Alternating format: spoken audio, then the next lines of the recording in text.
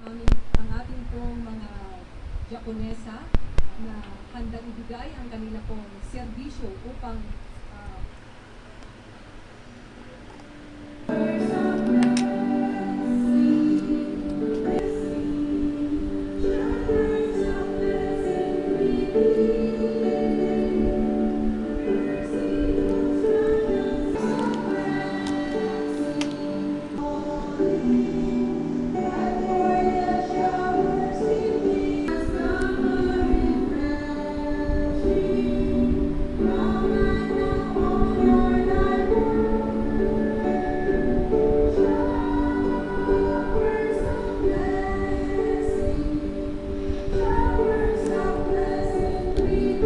kami po ay nagpapasalamat araw, Panginoon.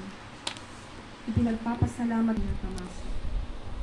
Ama, sa araw na ito ay nais naming ihandog sa iyo ang aming ikapo at mga handog bilang tanda ng ahagi ang iyong mabuting balita.